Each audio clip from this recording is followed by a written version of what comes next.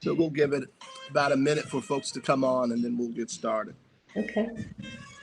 I'll tell you, my husband was born in Chattanooga. Oh, yeah? Yep, he was largely raised in Atlanta, but Okay. his father worked for an airline that was bought by Delta, and they ended up moving. It's called Chicago and Southern Airlines, and they moved to Atlanta at some point in the 1950s. Okay. Chattanooga's very small. We're very close knit. I know. I've been there. So it looks amazing these days. Mhm. It really does. Hopefully folks are coming in.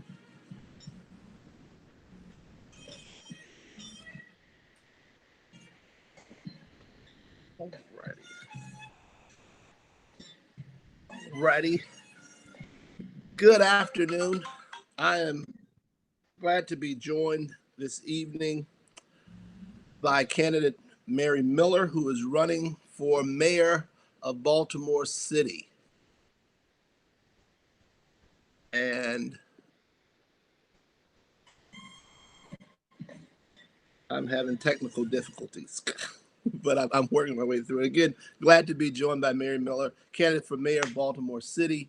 Election is on this Tuesday, but we've been mailing our ballots all week. You have 48 hours or so, 72 hours to get your ballots in. We encourage you to do that. But we wanted to just take a time and talk to the candidates briefly about faith and the role that faith plays in their own development, how they sort of see the world through the lens of faith. And so, Mary, thank you for joining me. Thank you for having me. Yes, and we won't hold you long. I know these last few hours are busy. You all are out there shaking the trees, if you will. But I just want to begin by asking if you could describe sort of your early life and its encounter with religion. Talk to us about how you understand faith in society, and how you came to your own understanding of faith in your life. Well, I was raised in a large Catholic family, one of 6 children, and I would describe my early engagement with the Catholic Church. I was in Catholic school to 8th grade and then went to a public high school. But our religious training was largely memorizing your way through actually the Baltimore Catechism, it was called.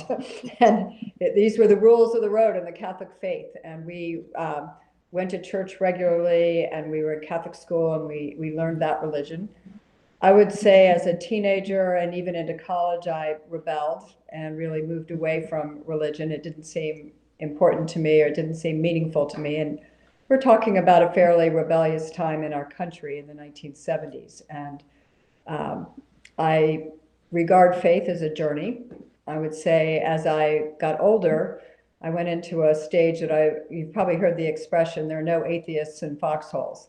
And I found myself at challenging times in life reaching out to faith. I desperately needed a job. I was having a child. I was losing a parent or losing a friend. And it's a time when you suddenly discover you're missing something in your life and you need something to cling to.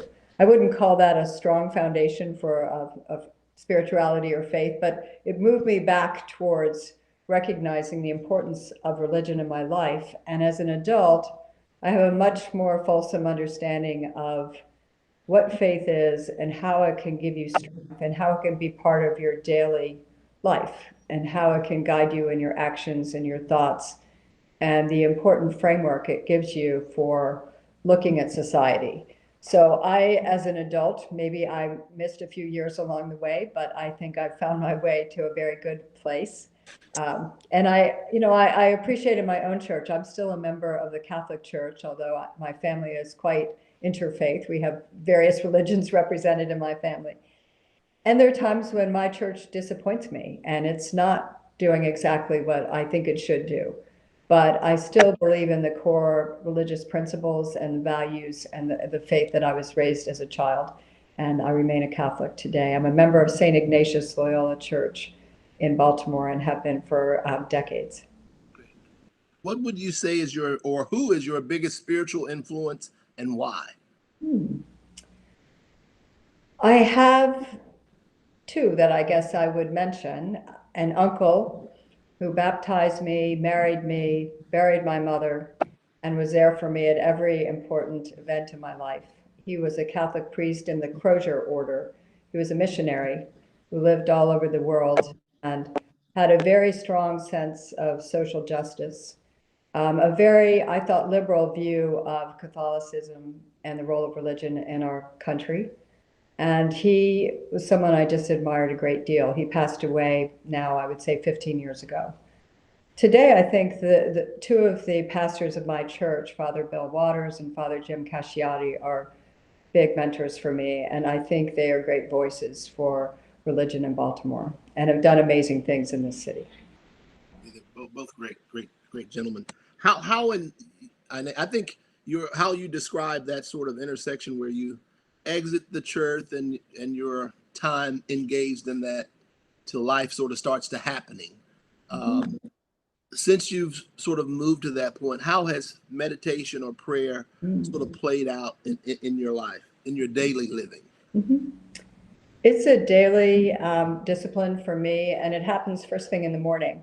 When I wake up in the morning, I always just lie still for a while before I reach for my phone or reach for the newspaper or reach for all the things that come rushing at you for the day. I like to take a few moments and just pray and think about the day ahead, the issues that are on my mind, to be grateful and thankful for all the blessings that I have in life, but also to take a moment to pray for the needs that I see around me, people in my life, larger issues in our city. And so that's the most important time. And there are 2 times of the year where I actually get a month-long daily reading from our church. It's during Advent in December and Lent in the spring, where there's 30 days of readings and reflections. And I add that to the menu during those 2 months of the year. But that's my habit. That's my discipline. Oh, great. I didn't want it to be just me asking questions, so I reached out to some friends who I hold in great esteem in the interfaith community here in Baltimore and asked them to give me questions that I wanted to pose their questions to you. So it's not just from me, but Rabbi Berg, who leads Beth Am Synagogue over in Bolton Hill, he asked, what do you believe is the role of religion in the public square? And what are the boundaries you feel are important to enforce between religion and government? Thank you. And I've had the privilege of meeting Rabbi Berg and attending services at his synagogue. So that's a wonderful question he's raising. Our country is founded on the premise of the separation of church and state and the freedom of religion. And I think that is a constitutional protection, a First Amendment protection, and that is very important in allowing, the plethora of religions that we recognize in this country today. And it's so important to realize that not every country has that freedom, so we should cherish that and value that. I do think there are times when government and church come into play together, and those are often difficult moments for us. I was reading a case last night. The Supreme Court decided in California, where a church questioned the governor's restriction on church attendance post-coronavirus. And the court was divided quite narrowly. It was a 5-4 decision saying they would uphold the governor's restriction on the number of people attending church. The church was challenging that.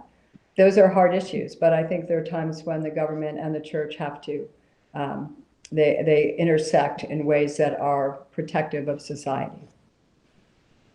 Archbishop William Laurie, who leads the Archdiocese of Baltimore, he asked the question, says that the Archdiocese, they partner with many institutions within the Baltimore faith community to address a number of needs, including they work with hospitals, universities, parishes, schools, and a broad array of social service agencies that are ultimately run by the Catholic Charities.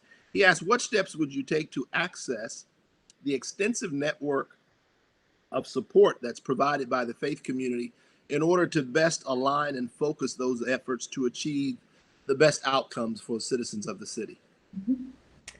That's a great question to ask, particularly right now in the midst of a healthcare pandemic and what is likely to come as we turn the lights back on and find a city that has really been devastated by this event. I see all the time the way the nonprofit sector in Baltimore is carrying so much load to take care of our citizens. I've served with Catholic Charities for decades. I've served meals. I've worked in some of their various services around the city.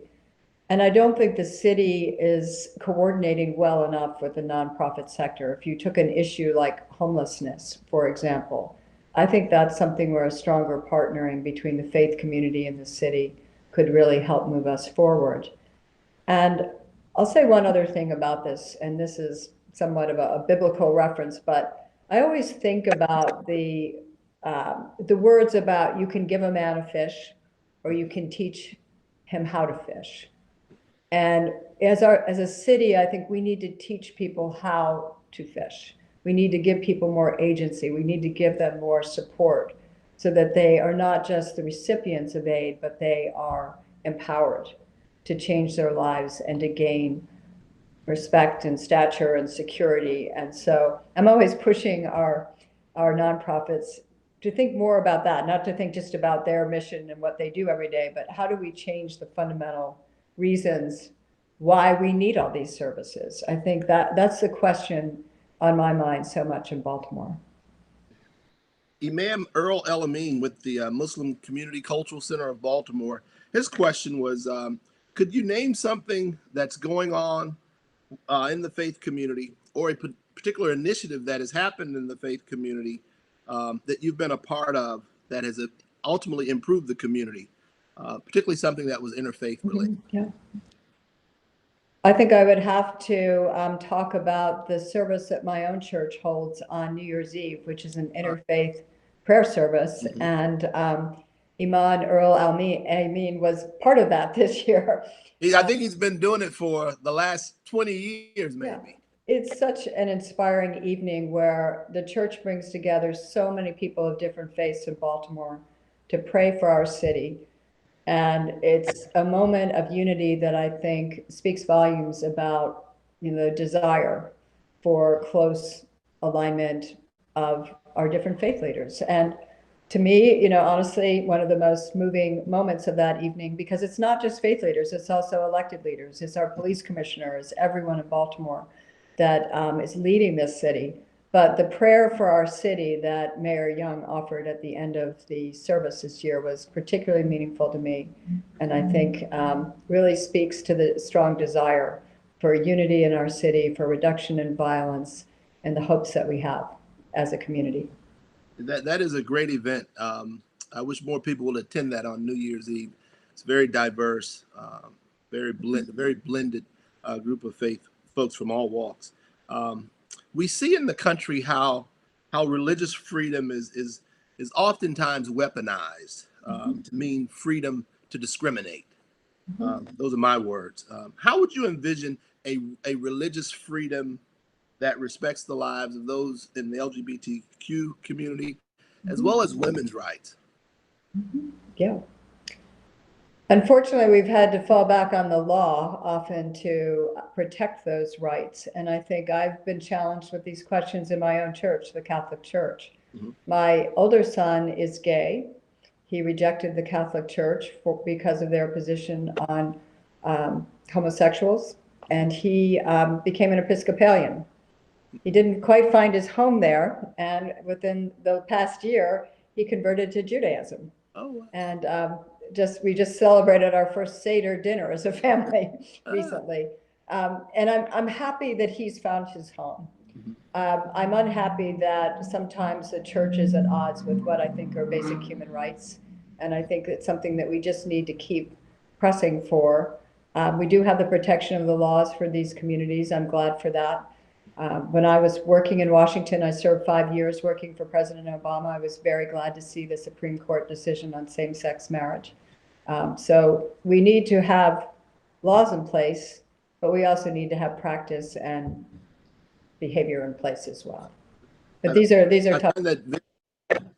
I find it very fascinating, and I commend you, and congratulations to your son. Oftentimes, we say we're born into a religion. Mm-hmm. And many times parents particularly can feel offended. Their children don't grow up in the faith tradition that they were.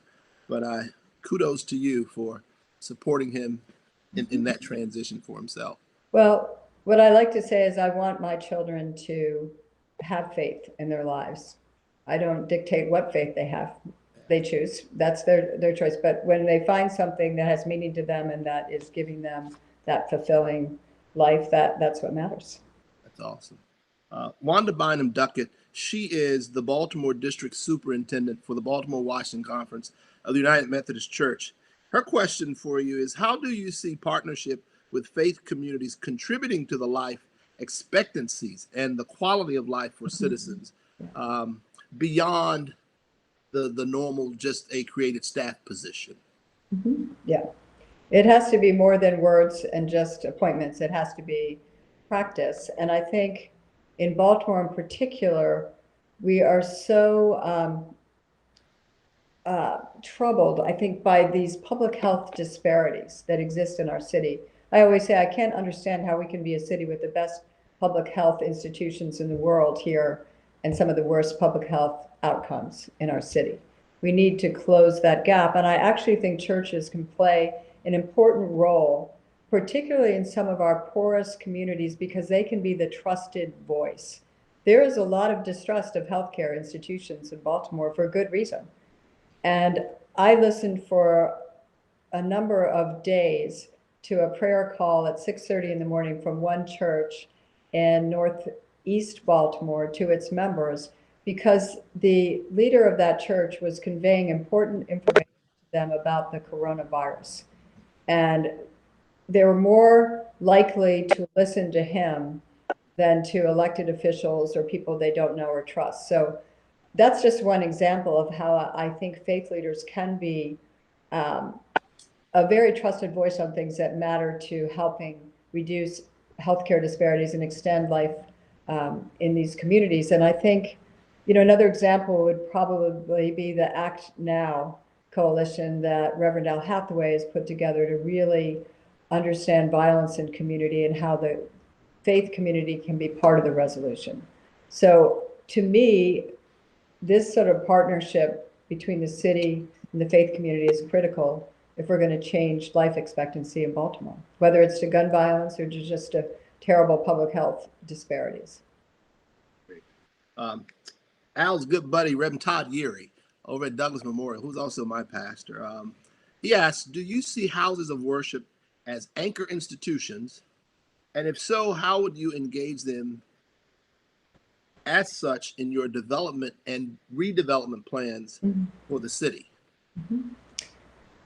I'm so glad he asked a question. I had a chance to talk to him during my campaign. And this was after everything was shut down. So it was just a phone call. We didn't get to meet face to face. But he is quite an amazing person. He was an FAA controller at one time. He has a PhD, a law degree, and is now leading Douglas Memorial Church. So he is a good example, I think, of the expertise and knowledge that many of our faith leaders have in redevelopment issues and how they know what our communities need in terms of housing, recommercializing neighborhoods, providing healthy food options in neighborhoods.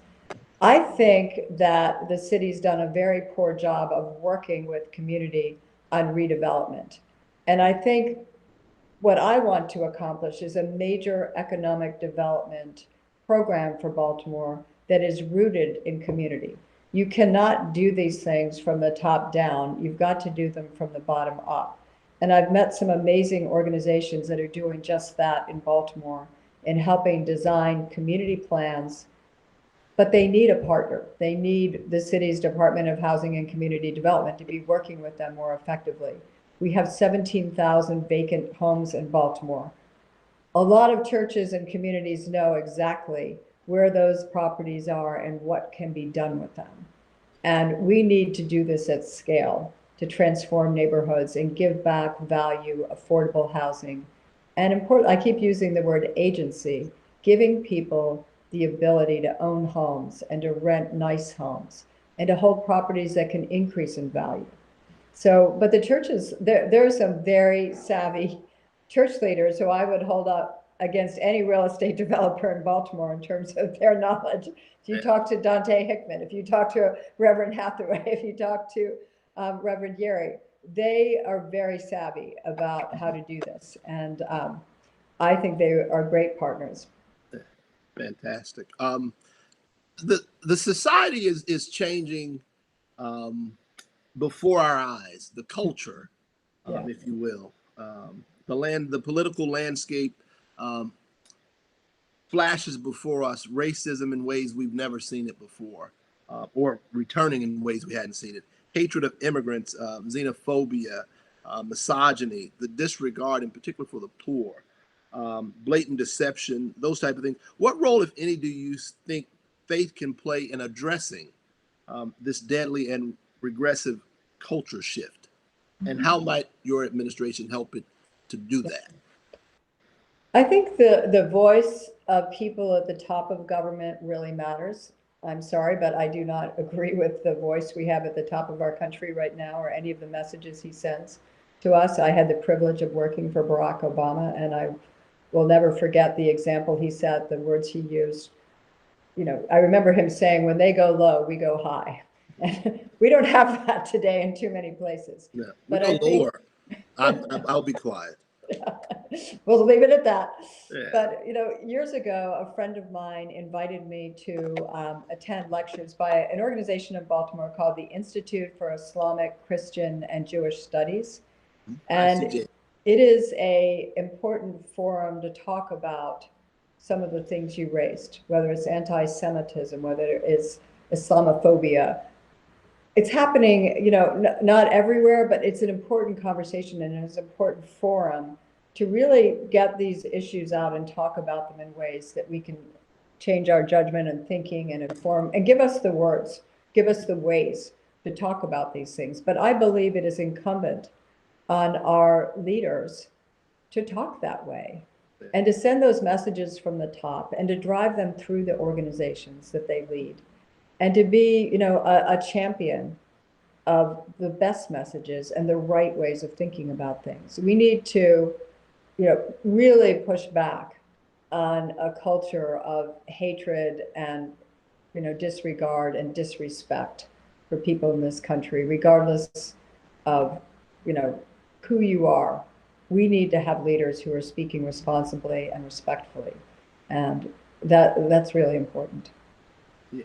The last question before we do a couple quick 30-second responses, and I wanted to save it for the end because I'm often um, beyond concerned for the poor. As you travel the city of Baltimore, in many cases, it's like two different cities in certain places. The poor, are with us. They will be with us. But how does your faith inform your view of the poor, and how would it possibly inform your approach to policy making that impacts those who are living on the margins of society?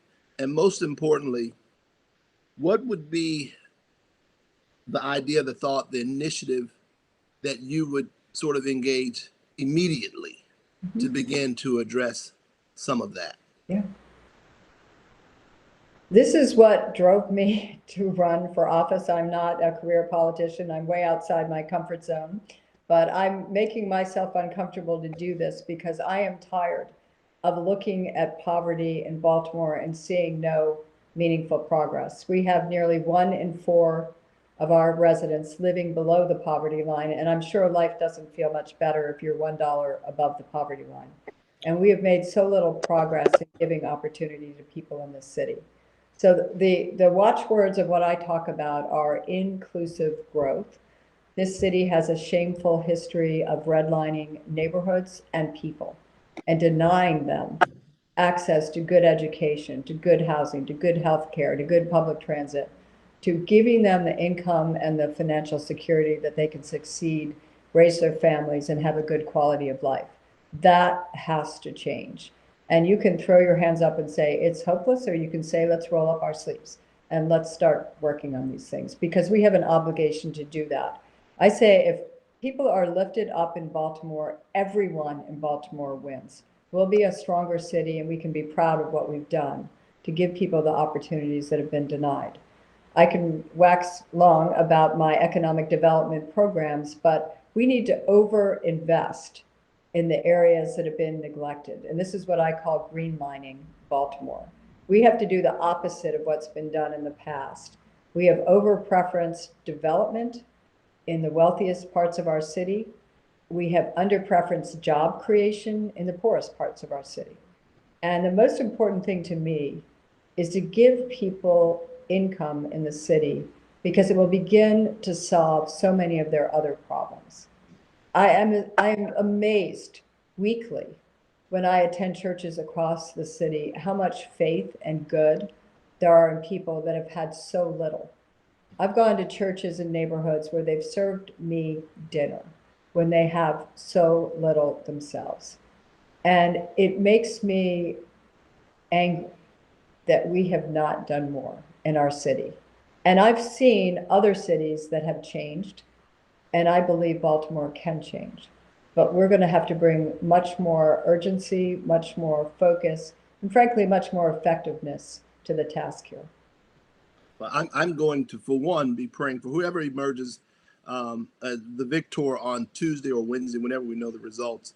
On that particular point, I feel that that is a part of the prophetic calling of ministry and preaching. And so I'll warn you, I'm not warning, I'll tell you in advance. I'll be the first one on your email on the steps of City Hall to sort of hold your feet to the fire for this community of people. It's Howard Thurman says these disinherited folks that we need to really do more. I mean, really put some teeth into policy and actions to begin to change the conditions that so many are living in. But I thank you for that response. Quickly, before we wrap this up, we've got 1 minute. I'm going to throw 3 words at you. You take 30 seconds and give me your best definition of them. The first word is grace. Grace is a virtue. It's not something that you can earn. I think it is something that is bestowed on you. I think of some phrases like fall from grace, or grace under pressure, or Hail Mary, full of grace. My son's girlfriend is named Grace. She said it's a heavy burden to have that name. So much is expected of you. But grace it is a virtue, and it is something that is given to people. And I think if you have it, you have to exercise it. You have to use it. You have to display it. It's a beautiful thing. The second word is redemption. In a religious sense, I think it is deliverance from sin. I think in a personal sense, it's if you achieve atonement for something that you have done wrong, coming to terms with something that you know you did that you regret. There's another sense of it, though, in community. And we talk about it today in the sense of restorative justice, which is finding in the community the acceptance of you and what you have done, and working in community to make that right. Trying to keep these short, sorry. That's all right. Yeah. The last word is hope.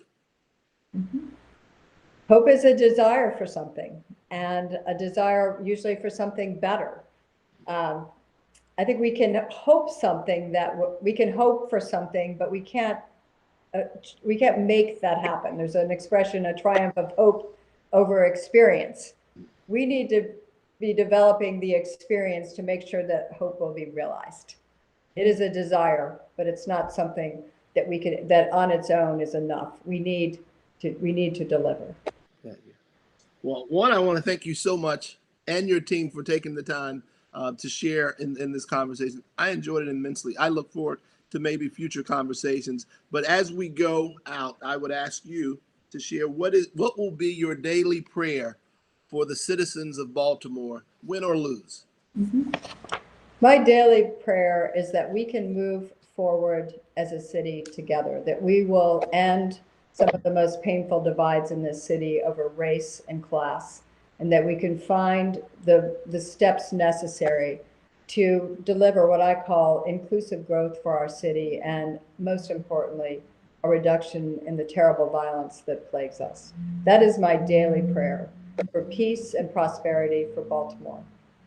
And I want you to know I will be waiting for you on the steps of City Hall, day one. Thank you. Well, I will probably be there. Good. More than likely. Good. Thank you again. Enjoy the rest of this weekend. All the best of luck on the campaign. Thank you. And God be with you and your family.